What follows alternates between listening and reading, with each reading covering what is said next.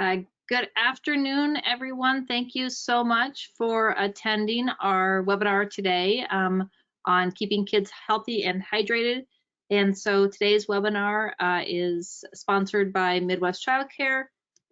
And my name is Mary Lynn Cardell. I'm a registered dietitian.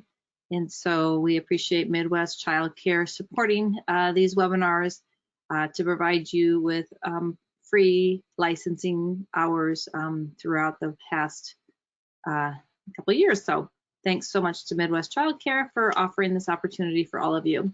Thank you also for taking the time this afternoon to join us. So today's webinar will be an hour long for an hour of licensing hours.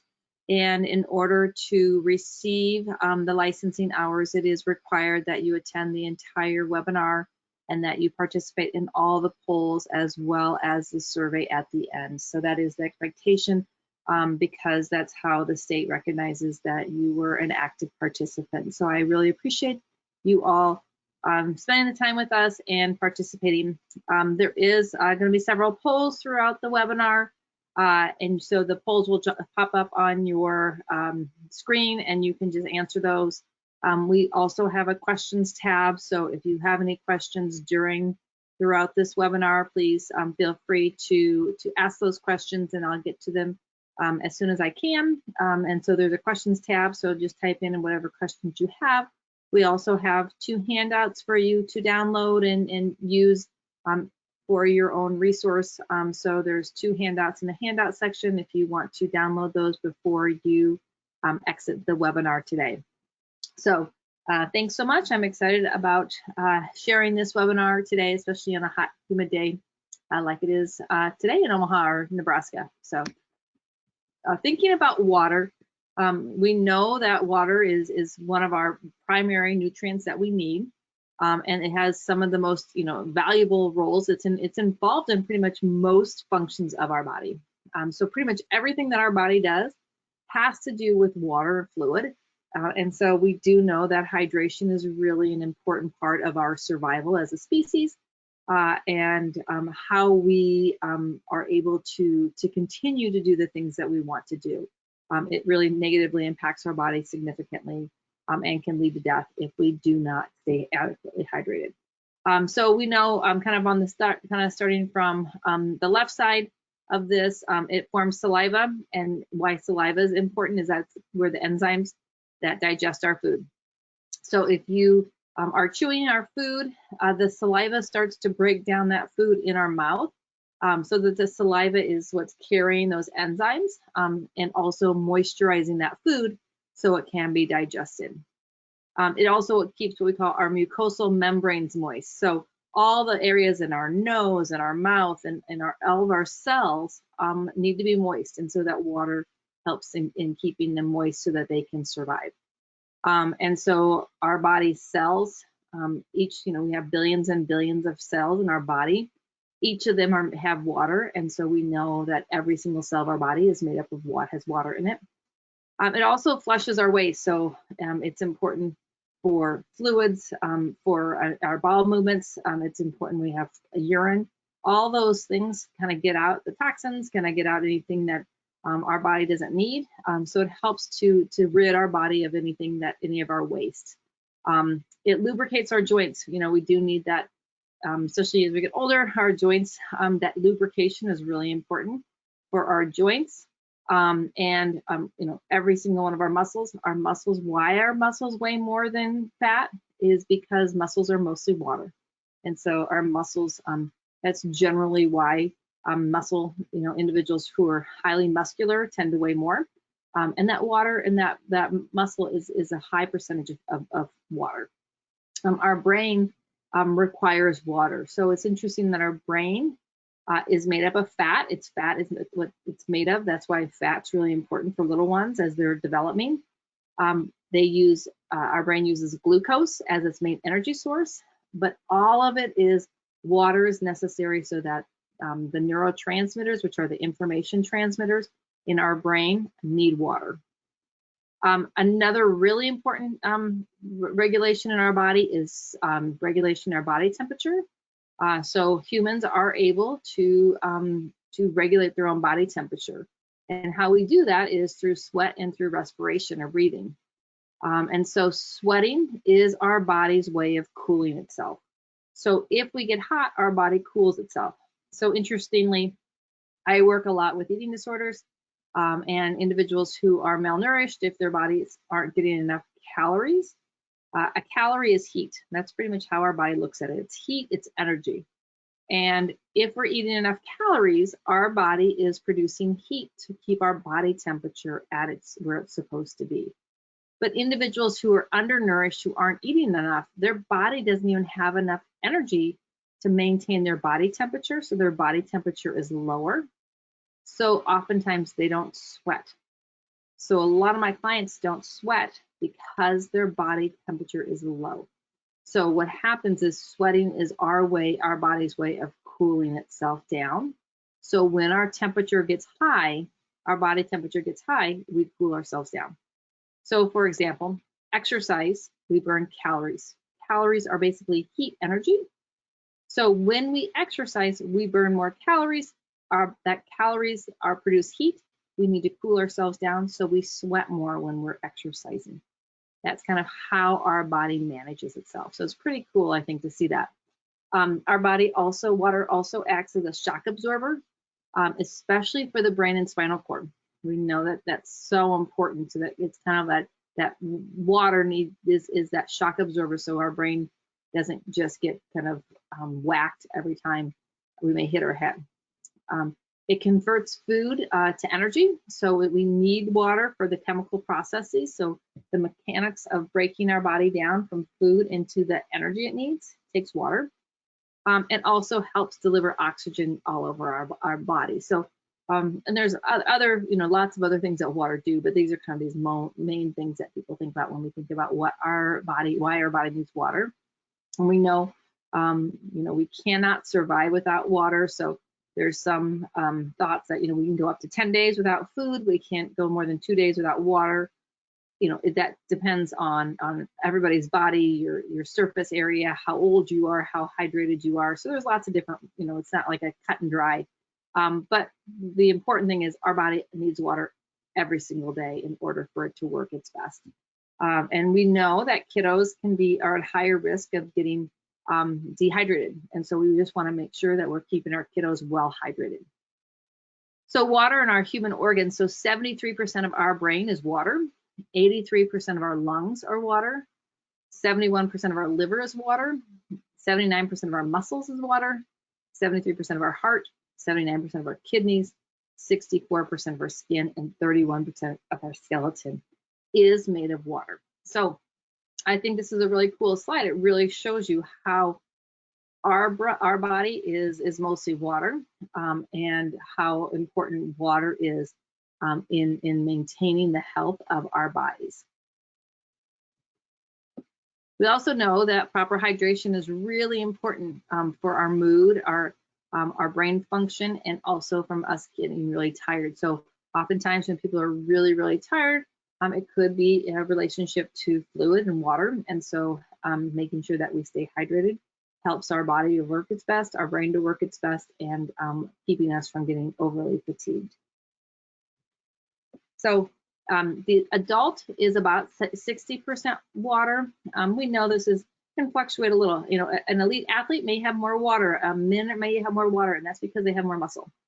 And so about 60% of the average adults, the body's made up of water. About 70% of a child's body is made up of water. So water, it makes up a higher percentage for that child. And so once again, that puts them at higher risk for dehydration, because any fluid loss they're losing that percentage, and a higher percentage of their body is made of fluid. So once again, I kind of talked about sweating is that way that we cool our body. And so kids their body needs are really high, their calorie needs are high. So a 2-year-old probably needs between 1,200 and 1,400 calories, even though the little body is little. And so that calories are producing heat. So they're more likely to sweat, and they're more likely to lose some of that body weight as fluid, or some of their fluid through sweating to cool themselves down. And individuals, some it's kind of a genetic. Some people are just more sweaty. Some people are higher sweaters than others. I'm a sweater. Some people lose a lot of sodium when they sweat. And once again, that's a genetic. Some kids are and adults are more salty sweaters. Some people are not as salty as sweaters. But either way, they're losing fluid and possibly electrolytes. And so we just want to make sure that we replenish those and teach kids how to replenish themselves and keep themselves well hydrated. The goal is, how do we teach kids to do that? That's our ultimate goal, helping kids maintain their own health. So I'm going to start a poll. And once again, just if anyone came in late, this is a poll. Proper hydration is important because it regulates fluid, temperature, our body temperature, lubricates our joints, helps maintain our metabolism, all of the above or none of the above. In order for me to send a completed licensing certificate, this will be an hour-long webinar.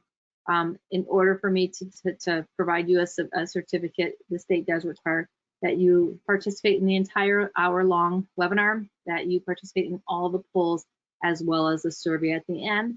And that helps them to know that you were actively participating, actively involved in the webinar. We weren't just kind of turning it on and walking away. So it is required, in order for me to send a certificate, that you participate in all the polls as well as the survey at the end. So thank you for doing that. I appreciate that.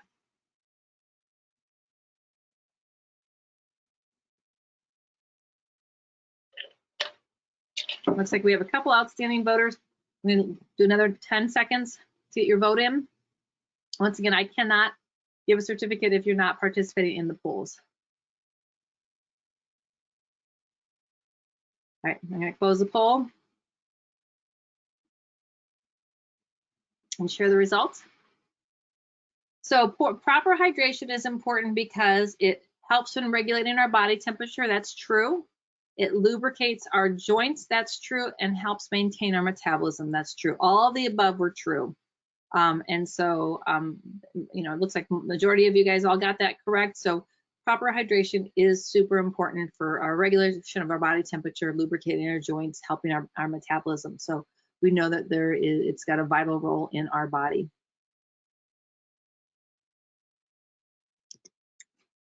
So, kind of what is dehydration? How is that defined? Well, we know that we're losing body water every single day, right? And we don't ever lose just water. We always, whenever there's water, there's what we call electrolytes, which has potassium and sodium, magnesium.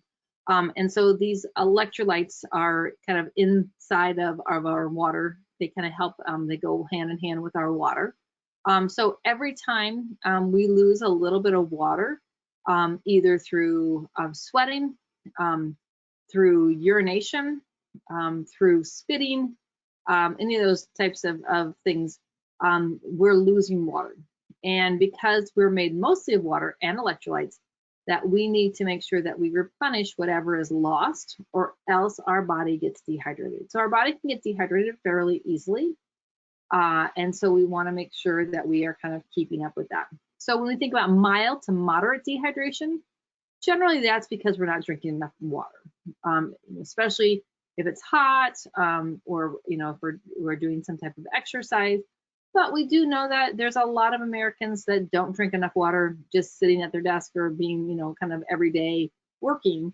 They kind of forget to go to the bathroom. We know that with kiddos that are in school, sometimes they don't want to have to go to the bathroom at work or at school. They don't want to feel like they get in trouble. Maybe they're embarrassed to go to the bathroom. But a lot of kids during the day can be dehydrated because they don't feel comfortable going to the bathroom possibly.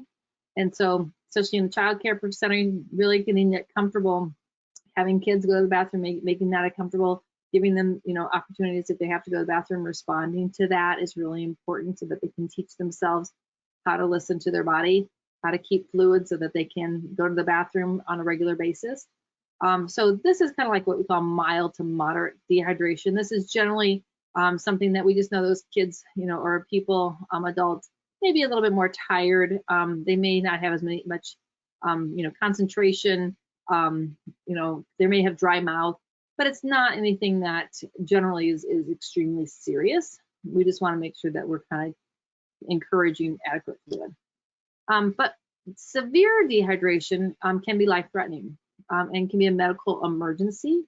And we know since children have a higher percentage of body weight as fluid, they're at higher risk for dehydration.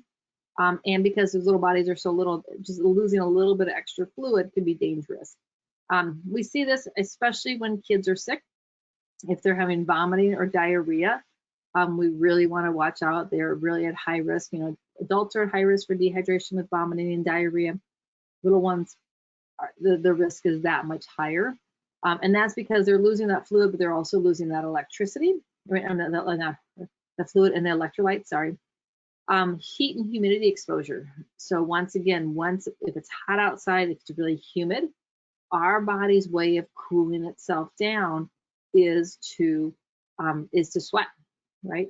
But also when it's really hot, or if we're exercising, what happens, or if we have a sunburn, what happens is our body tries to increase blood volume to the surface of the skin, and that's going to result to cool itself down, and that's going to result in a little bit more sweating too. And so if there's hot, humidity, but also sunburn, those kids are at much higher risk for getting dehydrated. We also see that vomiting and diarrhea, and I'm sure all of you have seen that. So making sure those kids are staying well hydrated.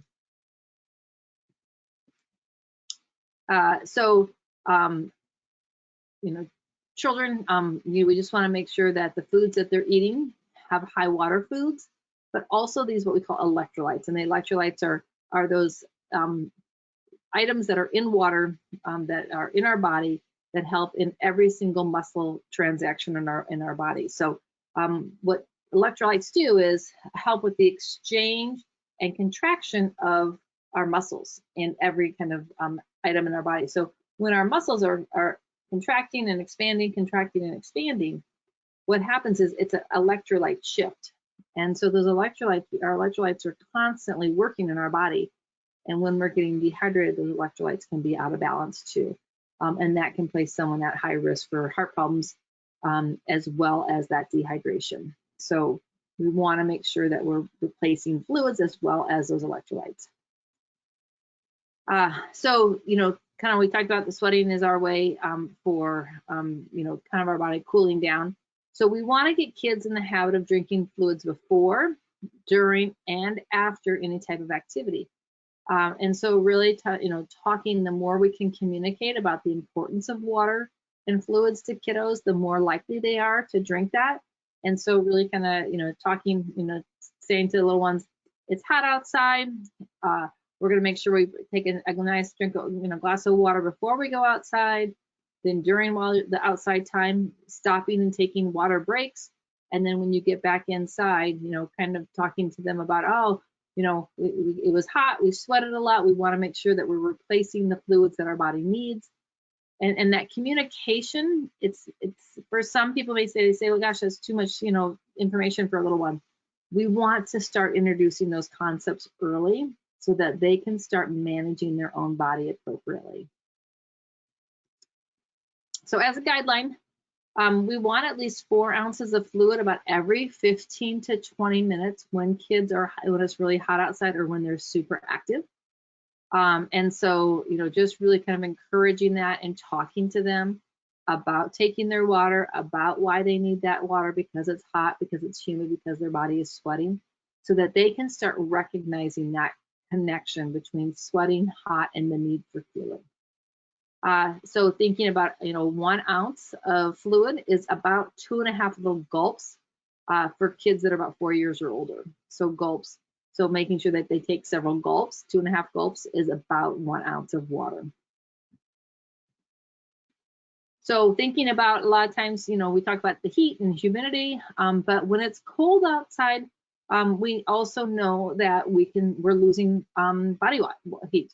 It's also drier outside. When it's colder outside, there's less moisture in the air, so it's drier. So our body is more likely to lose fluid. Also, oftentimes when it's cold, we have lots of layers on. And so oftentimes we're sweating even underneath those layers. And so being aware of it, kind of that sweat that can happen even when it's cold outside.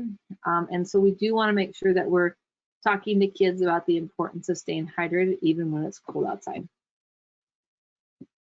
So diarrhea and vomiting, we kind of talked about that. You know, if a child, making sure you as a provider encourage your parents, if their child is sick and have diarrhea or vomiting, to talk to their pediatrician. You know, that's not your role to tell them what they need, but really encouraging them to talk to their pediatrician to find out about those risks of dehydration, find out, you know, what the doctor wants them to do so that their child stays well hydrated. Oftentimes parents don't think about that, and then it gets to be to the point that it's too all of a sudden the child is very sick and needs to be hospitalized to go to the emergency room. And some of those things could be prevented if we had, if the parent had just kind of noticed and really encouraged getting hydrated early on because of that risk of the diarrhea and the vomiting.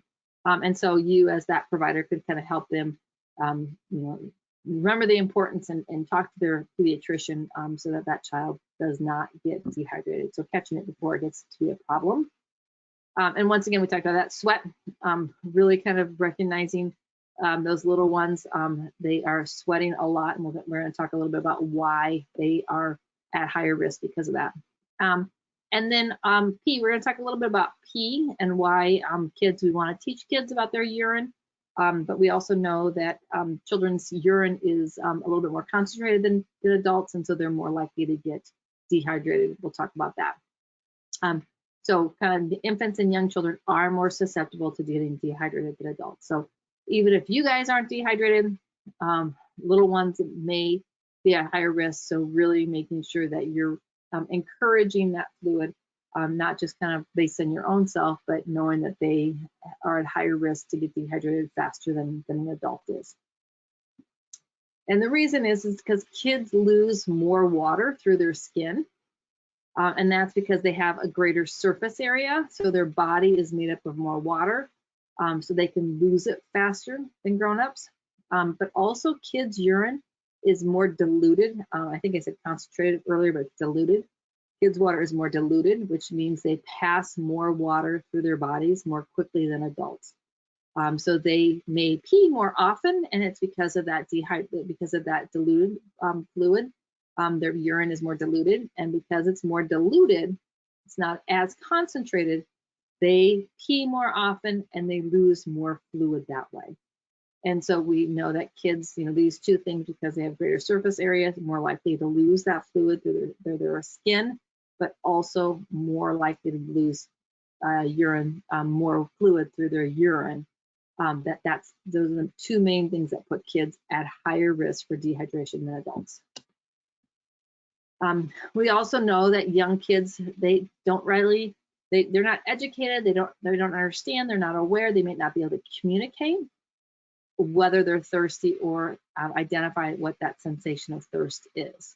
And so thirst is one of our most innate physiological body responses, yet a child may not know how to communicate that or identify what that means. So what that means is they have thirst, they just may not be able to communicate or put two and two together. And that's our role as adults, is to help them understand, what does that feel like? What does thirst feel like? Maybe your mouth is kind of dry. Maybe you aren't peeing. We're going to talk about like that. Maybe it's hard to swallow.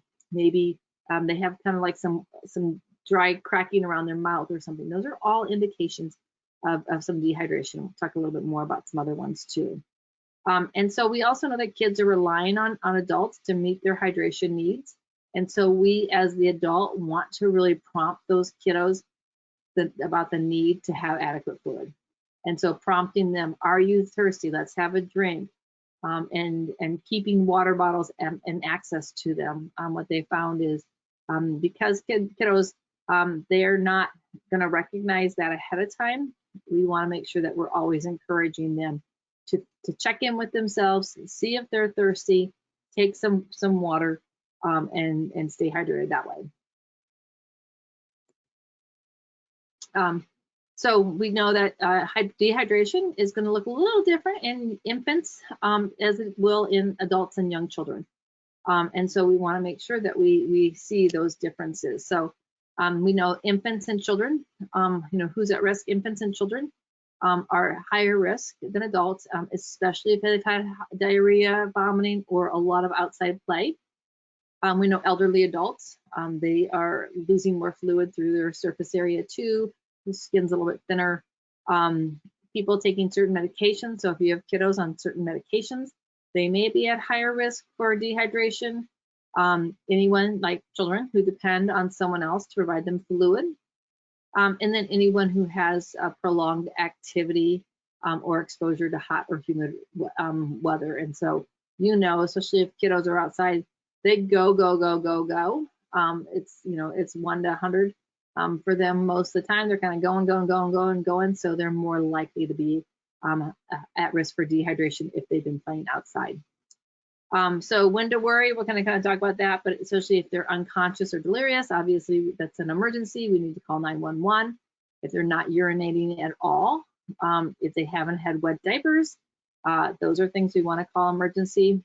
If they're super fussy or sleepy, confused, call your doctor for sure. If their eyes are sunken in, because that shows that our skin, our face, our head has a lot of that fluid, and so if our eyes are sunken in, oftentimes that's a sign of dehydration. That really dark kind of brownish urine and extreme thirst. So this is kind of a illustration of the difference between how an infant may look when they're dehydrated versus a young child and an adult. So for an infant, a fever is really a common indicator of dehydration. One is because that generally their body isn't got enough cooling fluid to cool themselves down, and so their body's going to be a little bit hotter. Unusually tired, really like they're just like limp, like they have a hard time kind of even holding up their head or holding up their arm. They're really tired and limp. They just want to keep sleeping. Maybe they're crying, but they have no tears. Their mouth is really dry, and little infants maybe kind of like moving their mouth around because their mouth is so dry. And if they haven't had a wet diaper for more than 3 hours, or if their diaper is very dark yellow without a lot of heaviness, so it really means that their urine is very concentrated, but it's not heavy, meaning it's not a lot of urine. It's just dark yellow or brown. Then that's an indicator that signs of dehydration. For adults and young children and kind of older children, it's generally a headache, dizziness. They're tired. They are thirsty. They may be able to communicate that where an infant cannot communicate that. They may have a dry mouth where an infant cannot communicate that. Cranky, an infant's going to be cranky too, but generally they're so tired. That dark colored urine, their dry skin, and for older, for kids, especially chronic dehydration, we see constipation. We're going to talk a little bit about that too. So these are some things, especially for those infants who, because they cannot communicate that, they're not able to let you know. We want to make sure that we as the adult are watching out for those signs and symptoms of dehydration. So I'm going to give another poll. So once again, in order for me to give a certificate, it is required that you participate in all the polls as well as the survey. And that just helps us to know and are on the webinar the entire time. That's just a requirement so that the state recognizes that you were an active participant in the webinar. So I appreciate you all participating.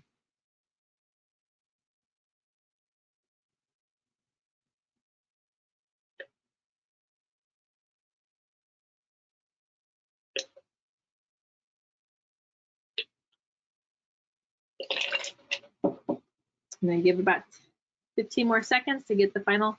Oh, yay. Looks like we got most people voting. Awesome. All right. Awesome. Got everybody voting. That's so awesome. Thank you. So infants and children are at higher risk of dehydration than adults, and that is true. And we talked about, those reasons why they are going to be at higher risk for dehydration. So we, as the providers and the adults, need to make sure that we're really staying on top of that. I talked a little bit about electrolytes earlier. We know basically wherever fluid is, electrolytes is with them, and electrolytes have a really important role in our body, and electrolytes are often what when our electrolytes are out of balance. That's oftentimes what happens when we have a heart attack for like people who are, every year at those major marathons and things like that. They have someone who has a heart attack or dies, and usually that's most of the time that's because their electrolytes are off, because they've dehydrated, they've lost a lot of fluid, but with that fluid, they're actually losing a lot of what we call electrolytes, which are sodium, potassium, our main electrolytes in our fluid. And so what the electrolytes do is they help in maintaining our balance of fluids. So kind of wherever sodium goes, water follows. So they're seen together. They're always usually together, and they help in managing our fluid balance. And so they help in maintaining our blood's proper pH, which helps them so when our body is working properly. And then they carry what they call electrical signals that power our nerve and our muscles. So and what I've talked about before, they help in that exchange and contraction and expansion of our muscles. So electrolytes are super important, and when we're dehydrated, oftentimes our electrolytes are out of balance. So the rest of our body isn't working as properly, and that's some of the things of why our body gets tired. Our muscles, we get cramps. Oftentimes that happens, and that's often because of our electrolytes are out of balance. So things that, how do we help kids stay hydrated? Talking to them about the color of their urine. And I know for some people this may be kind of a weird thing, but it really is. We want to understand how our bodies work, and helping kids understand how the urine, the role of their urine is in keeping their bodies healthy is really important. So if their fluid, their urine is dark rather than pale, that might not mean that they're not drinking enough fluid. And so there's a bunch of different scales that you can use, but this is kind of one of your basic scales. I have another one here that I'll show you in a minute. But kind of talking to kids about the color of their urine. So if their urine color or your urine color as adult is around a 1, 2, or 3, generally means we're well hydrated. That light yellowish, kind of light lemonade color is a sign that our body is staying well hydrated. It doesn't need to be clear, it's just light. If we're at 4, 5, or 6, kind of that darker yellow, then that means that we're mild to moderately dehydrated. And so just kind of encouraging a little bit more fluid. If we're a 7 or darker, then we're dehydrated. That dark kind of brownish amber color can happen if we're getting too dehydrated, and that really can put us at risk. If we're not having any urine, or child's not having any urine, then we want to make sure that we contact a medical professional. So this is kind of a nice little guideline. If we're kind of that light, it doesn't need to be clear. Like the other one, I like the other one a little bit better because it kind of tells us that we can have like a light, like lemonade yellow, light lemonade.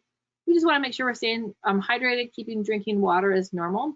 If we kind of get into that darker urine, that darker yellow, try to drink about 8 ounces of water within the hour. And we want to make sure if we're sweating, then we're drinking a little bit more. But if we have that extreme dehydration, we want to make sure we're drinking water, large amounts of water. But for a little one, we want to call an emergency room, call the physician, right? Because 16 ounces of water for a little one is probably not going to happen. And we also know that we don't want to give all that water at one time. It works better if we're taking small amounts, throughout the day. So if you have a child who's at that dark, and they seem tired, if they seem low energy, if they have a headache, they're not having, sleeping a lot, then you might want to call the physician just to make sure, or have the parents call the physician. We also know that the color of our urine can be also impacted by foods, vitamin supplements, medical treatment. So make sure you talk to the parent if the child's urine is a different color. Find out what kind of medications. Certain medications may alter the color of urine. So, if you notice a different color, talk to the parent. Ask them to talk to their physician, making sure that everything is normal based on those possible risk factors. So we also know that certain foods may change the color of our urine in both kids and adults. And so oftentimes with this, it's a large amount of foods. A little bit of these foods generally doesn't cause, I have blackberries most days. My urine's not like an orange or like a reddish. But if you're someone who's eating a lot of rhubarb, beets, or blackberries, if you have kiddos, you might have a little bit redder urine. If you have a lot of asparagus, or you're taking a supplement with B50, or eat a lot of natural black licorice, not the kind of fake black licorice, but natural black licorice, you may have like a greenish color to your urine. We see this a lot with asparagus. It also has a different aroma, which I think is kind of a neat little trick that you can show kids, like how that can, the asparagus, you can kind of smell it and it will change their color of urine. Carrots, a lot of carrots, a lot of vitamin C, or a lot of tomatoes may make it more orange. So really kind of recognizing and looking at the urine, having kids recognize their own urine color. Why this is important is the red, if we're having blood in our urine, that's generally a cause for concern, and we want to talk to our medical professional, because we should never have blood in our urine, and that would be a reddish kind of tint. So if a child's urine is red, you can talk to the parents, tell them that you're concerned. You can tell them that, there's certain foods, rhubarbs, beets, and blackberries, if they're having a lot of those, may cause that redness, but still I would get it checked out, just because you don't want to take that risk, and we want to make sure that we're covering all the grounds for our little ones. So I do have another poll. And infants who are dehydrated show the following signs: fever, no tears, no wet diapers, unusually tired, excessive hunger. And then select one or more of the following.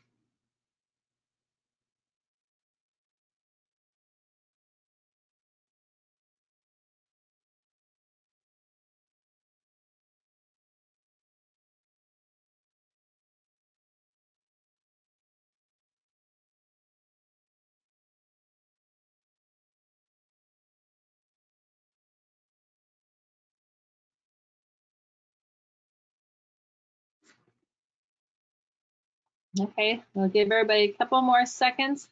Do need everybody to participate in the polls in order to receive their certificate.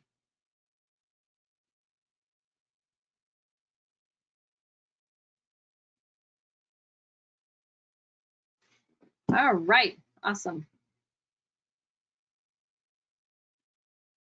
So infants who are dehydrated show the following signs. They all the top, they're fever, they have a fever, they have no tears because that extra water, you can't sacrifice that extra water. They do not have wet diapers, they're unusually tired, and they generally do not have excessive hunger. That's the only one that's not true. They generally do not have excessive hunger because their body's kind of shutting down. So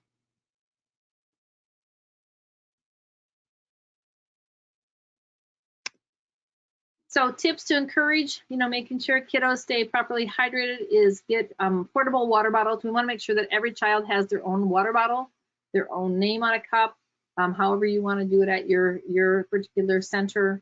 But we just want to make sure that they have frequent and constant access to their fluid, that if they're thirsty, that they have their own unique water bottle that they can get to at any time.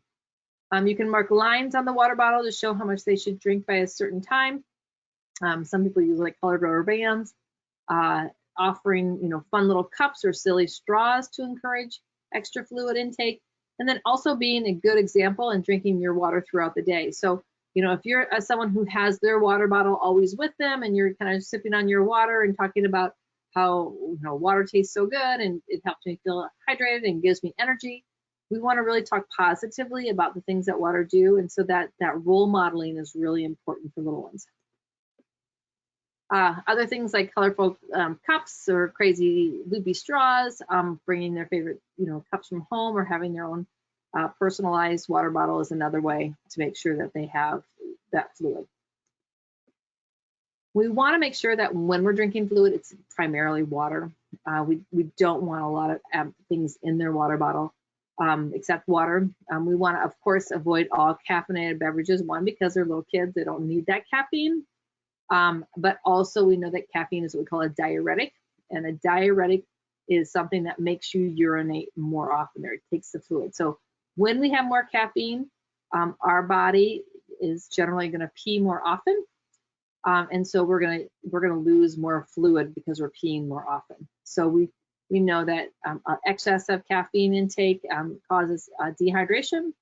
But also we know that little ones just do not need that caffeine. It makes anxiety, so we do not want to add any caffeine to little ones' intake. We do know that a small amount of water throughout the day is better than just one large glass of water. One is because that just makes a kid full. So if you're just offering water or liquids at meal times, generally what we're going to do is have a higher risk of dehydration or malnutrition, and that's because their little GI systems can only handle so much fluid. Their stomach is about the size of their fist. So if their fist, if they're 2 or 4 year old, their fists are pretty small. If they're drinking 8 ounces of water, that's going to be too much. They're not going to be able to drink that, and then they won't be hungry at the time. So we want to really encourage fluid intake and gulps in between mealtime, so that we can make sure that they're still hungry at mealtime. And so that's a better way of making sure that they constantly have that fluid. They're drinking that fluid throughout the day. And then once again, we want to make sure it's nothing that has caffeine, nothing that has a lot of sugar or calories, because our fluid needs, we're constantly getting fluid. We constantly need fluid. If it's always going to be calorie fluid, then we are going to get excessive calories. Because it's not like a one-on-one. We don't need all those calories. We need about as much fluid as we do calories. So if my body needs about 2,000 calories, I need about 2,000 milliliters of water of water, which is not, if you think about milliliters, that's about 64 ounces of water, which is about 8 cups of water a day. But so the bigger I am, the more water I may need. But I don't want that water in calories, because that's just going to increase weight rather than help me maintain my fluid balance. If it's hot outside, keeping water cold will help kids cool down quicker. So if it's hot, we do want cool water. And so, if you want to freeze the fluid in water, make it into an ice cube, and then add a little bit of water. So freeze half of it, half full of water, freeze it overnight, and then add water to your water bottle in the morning. That's one way. We know that kids are more likely to drink water if it's cold. It also helps in keeping our body temperature down. If we're drinking cold water, that does help in keeping our body temperature down.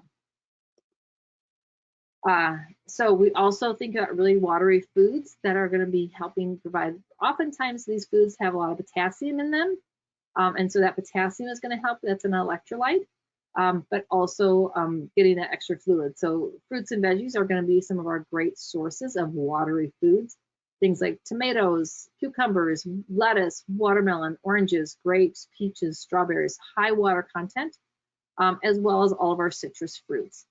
So that's going to be a great way of getting that extra hydration. All those also are high potassium foods. And so that kind of helps us keep that potassium, which is one of our electrolytes that often many people are actually deficient in. So that helps in keeping our potassium up.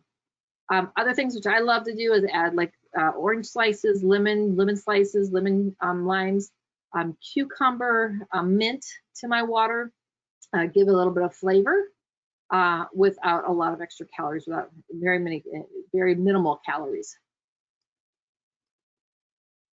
So, we really want, especially for little ones, getting them in the habit of drinking water as extra fluids. We know that when kids are in the habit of drinking water, they're more likely to continue drinking water. If we have little ones who are in the habit of every time they're thirsty, they're drinking a calorie beverage such as juice, Gatorades, milk, sodas, those types of things, those kids generally tend to, one, have weight issues as they get older, also teeth, because all that sugary beverages aren't good for their teeth. And so that's kind of something that we want to kind of be aware of too. So we really want to encourage, and water is a habit. If we get in the habit of drinking plain water when we're young, we're more likely to drink plain water. If we get in the habit of drinking juices, if we get in the habit of drinking Gatorades, then that's the habit they become, that children establish. So we really want to, we know that children who are in childcare settings tend to have better habits than kids who are not in childcare settings. And one of the reasons is because you as providers provide that guidance of things like providing water instead of these high calorie sugary foods or beverages. We also know, and this is really important, and some people, I realize we're not aware of this because it might not be something that we are taught, but for a child under the age of 1 year old, they should only receive infant formula, fortified infant formula, or breast milk as their only fluid. We don't want to ever give a child under the age of 1 plain water. We always, if they're seen to be sweating a lot, if it's really hot, if they have a fever, if they have diarrhea, we want to give them more breast milk or infant formula. And the reason is because their electrolyte balance is so tender and so easily off balance that just giving a child water can throw off their electrolyte balance. We want to make sure that every time they're taking in a fluid, it's infant formula or breast milk, because that's going to have potassium and some sodium to help them regulate their fluid volume. So once again, I'm going to kind of say that again. Infants under the age of 1 year old should never be given just plain water, or of course, never juice or anything like that. Only infant formula or breast milk, unless a physician says that they want to give like a Pedialyte or something like that, but that's only if a physician says that. We don't want to give plain water to an infant under 1 year old. It throws off their electrolyte. They're at higher risk for that to be thrown off.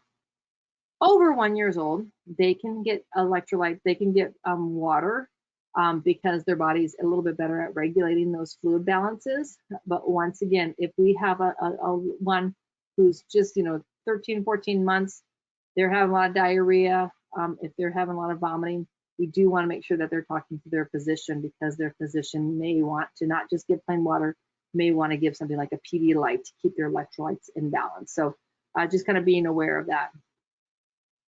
All right, so I have a poll for you. It is recommended to give kids under 1 year of age extra water, true or false?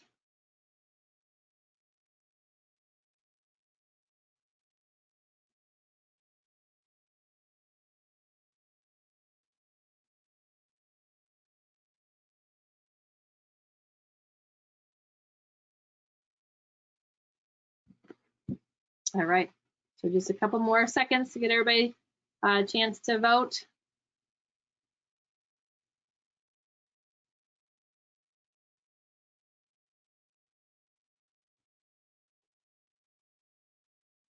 All right.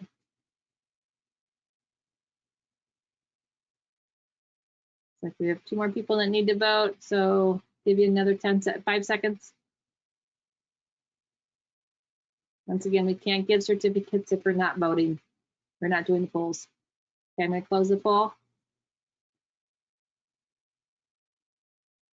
So it is recommended to give kids under 1 year of water, 1 year of age extra water, and that is false. Once again, I'm going to just emphasize, we never want to give a child under the age of 1 year old just plain water, because they're more at risk for dehydration, but also electrolyte imbalances. So we always want to make sure that if a child under 1 year old needs extra fluid, it's formula, infant formula, or breast milk always.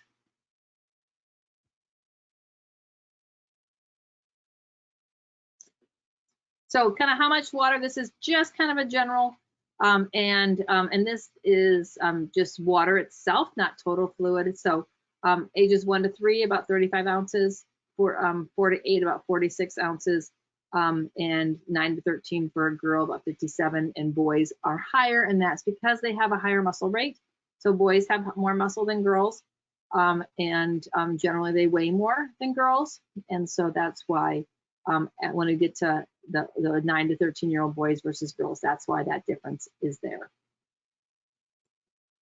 And so we want to really make sure that we're encouraging free access to water, meaning that child can have water at any time that they want, and that we as a provider are really encouraging that free access to water. And the one thing is, we can't tell if someone's thirsty, and oftentimes little ones can't communicate that thirst. Also, this is really important. By the time we are thirsty, we're generally already dehydrated. Maybe not dangerously dehydrated, but by the time our body gets that, hey, you're thirsty, then there's already dehydration occurring. So if someone's thirsty, we want to make sure that they're really staying on top of their hydration. We want to really make sure that we're giving water instead of these high sugar beverages, and because it really is a habit. That learning to drink water is a habit. Learning to drink sugary beverages becomes a habit, and those kids are less likely to drink water as they get older. So child care centers are really great at this, and that when we can make sure that the kids are getting free water and encouraging that as their hydration source, those kids are more likely to continue to use water, to drink water as their main source of fluid. So once again, exclusive breastfeeding for infants, infant formula breast milk until 12 months of age. After 12 months of age, we do want to limit juice, and we want to make sure that we give them milk, but then obviously no juice should be given under the age of 12 years old or 12 months old. But we do want to make sure that we are providing the milk that they need. But a child should not get any more than 8 ounces of milk at a time. Most little ones about 4 ounces. But if people want to give a little bit more, we can give up to 8 ounces of milk, but we don't want to give any more than that, because what happens is it interferes with their intake of other vital nutrients.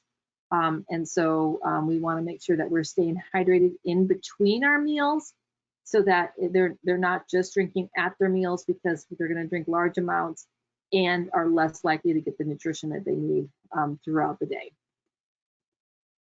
So kind of providing that thirst, providing that water as with the snacks in between meals is really important. This is kind of some really high sugar beverages. So if you look on this list, shows you that obviously we don't want diet sugar-free items, because those sugar-free items aren't good for little ones. So some people are like, well, it doesn't have sugar, it's sugar-free. That's something that we don't ever want a little one to have sugar-free products. And so even though they're zero sugar, we don't want them to have those items. Also the unsweetened tea, because of the caffeine. So we don't want to give that caffeine, the tea.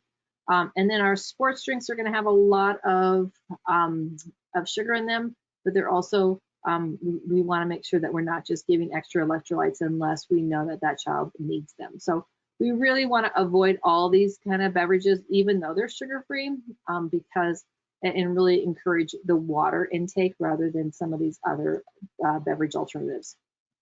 So something to think about is that infused water, with lemon, limes, oranges, cucumbers, great things, get extra fluids in there. Ginger, you can have the kids make their own, gives a nice little flavor, especially for those kiddos who are not used to drinking water. This might be an easy way to kind of transition them from those high sugar beverages to just drinking water. And so I'm going to talk real quickly about fluids and bowel health. I want to make sure you all get out of here on time. But our fluids are really important for making sure our bowels stay regular. And so we do know that kids who, constipation is common in little ones. And so we do want to make sure that they're staying adequately hydrated, because that helps in keeping their bowels more regular. So if a child is really constipated, I would really think about if they need more fluid. And so really encouraging that child to have more fluid. Also, we know that fiber can be really important in that. And so that fiber and that fluid, if we're taking a lot of fiber, a lot of kids are taking Miralax. If they're taking like a Miralax or a Metamucil, it doesn't work unless we're taking adequate fluid. So our bowels are not going to keep regular if we're not drinking adequate fluid. So that's one thing we also want to teach our kiddos, is the importance of what their poops look like. All right, kids love this. Adults not so much, but I don't know if you've ever seen a poop chart, but it tells our poop tells a lot about our health. So ideally our poops are around 3 or 4, right? These kind of look normal, especially like that 4, kind of a snake, smooth surfaces. If we're getting to like a 3, it looks a little bit like a corn cob or a sausage with a little bit of surface kind of bumps and stuff like that. Maybe those ones are getting a little to the dehydrated side, but they're still kind of regular. If it looks more like kind of a nutty bar, or like kind of like jelly beans or nuts, chocolate covered peanuts kind of thing, that means that there's generally dehydration.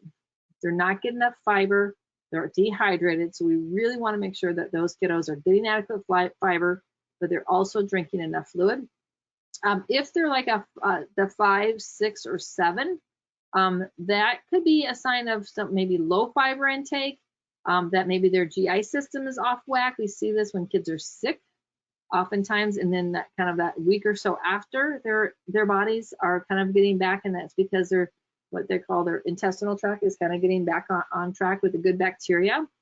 But if it persists after a week of being sick, then you do want to make sure that the parents contact their physician so that they are kind of aware. Our goal is around a 5 or 6. It's obviously it's harder to tell if we're wearing a diaper, but if it's always kind of that loose kind of 5, 6, 7, then you might want to just talk to the doctor, making sure that maybe that child needs a little bit more fiber in their diet. So talking to kids about their poop, so that our poop is a big indicator if child has, if someone has blood in their stools, those types of things, indicator of our health. So once again, helping kids recognize how to appropriately recognize and talk about their bowel health, as well as their pee, their urine. So this is for infants real quick. And this is kind of the new, what's normal. That kind of green on the top can be normal. This is essentially a newborn. Kind of that yellowish can be normal. This yellow. If it's more kind of all these can be kind of normal, except that kind of greenish one. If it's frothy at the bottom, kind of a frothy green, that may be something that they want to be concerned about. But generally, these are all pretty normal bowel movements for infants. And so if you look at this one, the second from the bottom, if it's kind of got like bumps in it a little bit, they do recommend mashing of food, making the food a little bit easier for that child to chew, may help in keeping their bowels a little bit better. So, all right, I have one more poll, but I think I will, real quick, I'm just gonna do that and then we'll stop. So teaching kids to monitor their urine color can help prevent dehydration, true or false? So I appreciate, I'm just gonna kind of while you're all doing that, thank you all for joining me today. This was an hour-long webinar. I will send out a certificate to you within the next 48 hours after I can verify your participation in all the polls, as well as the survey. The survey will pop up on your screen as soon as I end the webinar. So I will end the webinar, and when I end the webinar, a survey will pop up on your screen. Please take a minute or two to complete that survey. Then I will get that information, and I can verify your attendance and participation. I will email you a certificate. It'll come from the Nutrition Manager, Mary Lynn Cardell. So I do appreciate all of you participating, taking your afternoon. I'm going to close out this poll so that I can get you all to the survey. So everybody was right, talking to the kids. Awesome, thanks so much. I'm going to end this webinar. Thank you so much for joining me, and I will send out your certificates within 48 hours. Have a great rest of your day, and please complete the survey in order for you to get your certificate. Have a great day. Thanks so much, everybody.